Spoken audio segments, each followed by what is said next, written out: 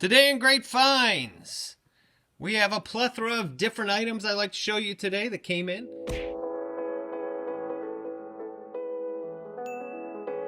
I want to talk about first the Flavas bike ride.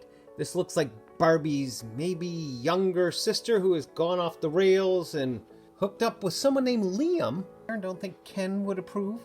He's wearing blue jeans, but she has a full leather outfit. She knew she was going on this bike date. This bike date, the Flavas, I hope I'm pronouncing that right, about the same size as Barbie's, but just a little more hip.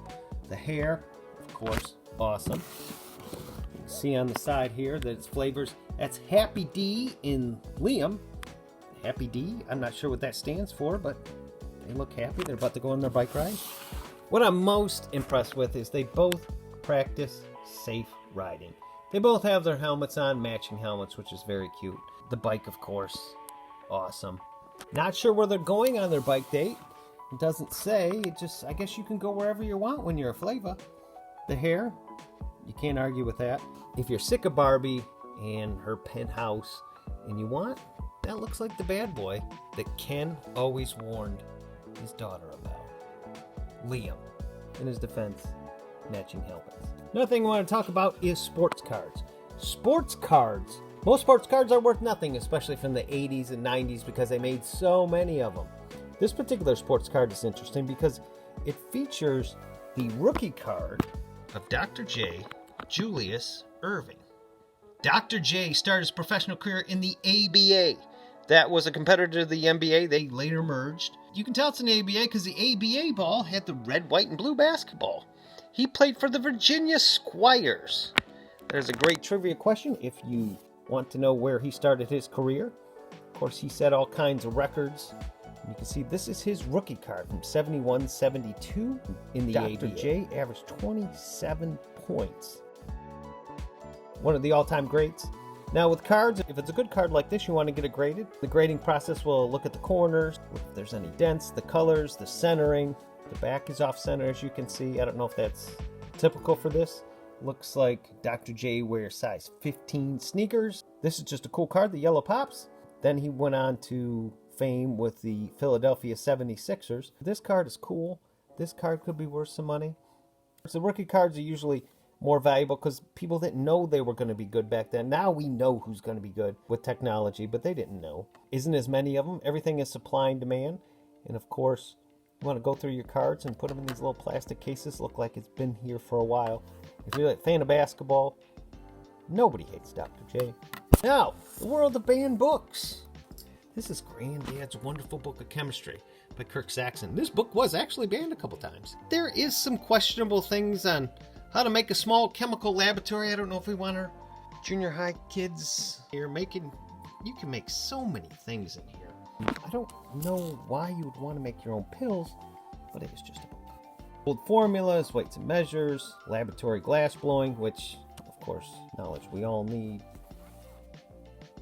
Making a small laboratory. There's some information in here that could be helpful. I have no idea what that is. But it's interesting. Medical students. Of course, that's the formula for glycochip. Yeah. Neutral oils and flammable fats. Now, some pretty cool stuff here in the book. And if you took the time to read this book, you probably wouldn't have the time to build whatever. I'm not sure who Dick is, but he has an encyclopedia. This was the banned pages of the internet before they had the internet. You can build your own still, and that's a small apparatus for general purposes. Because we all need small apparatuses for general purposes. Anyway, this book is still available, but it's kind of harder to find, and it's a bit controversial because it says do not to contact all these things, which of course you need for most of the things in this book. It's one of those old books, self-produced. The other thing I have from 72, as well as Dr. J's card, is a letter. You want to go through your letters and you can find this letter. It came from the White House. We all know who lives at the White House. Who lived in the White House in 1972? And why was it only 8 cents to send a letter? Oh, those were the days. Anyway, this couple here, this was found in a group of other things. And the letter that came in it is actually a letter from the president in 1972, who was, of course, from California, Richard Milhouse Nixon. Richard Nixon took time out of his day on December 6, 1972, to actually wish this couple a happy 60th wedding anniversary. Now, if we do the math, they were married in 1912. That is the same year the Titanic went down. Don't know how long they lasted, but for 60 years, that is a great accomplishment. Now, with presidential signatures or any signatures, of course, you can get them authenticated. There is an auto pen. The auto pen would automatically, he would sign his name, and then all the signatures would look the same. This particular one is not an auto pen signature. His auto pen signature has the dot is more over Richard in the I, and it crosses over for his signature. So there was a lot of things this is one that he probably personally signed.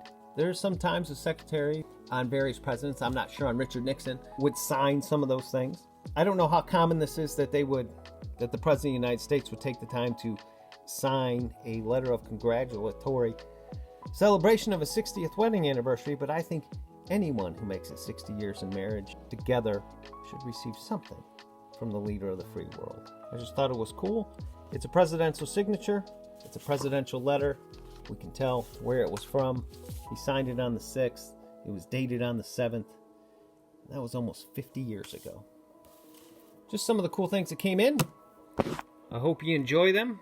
Please subscribe if you would.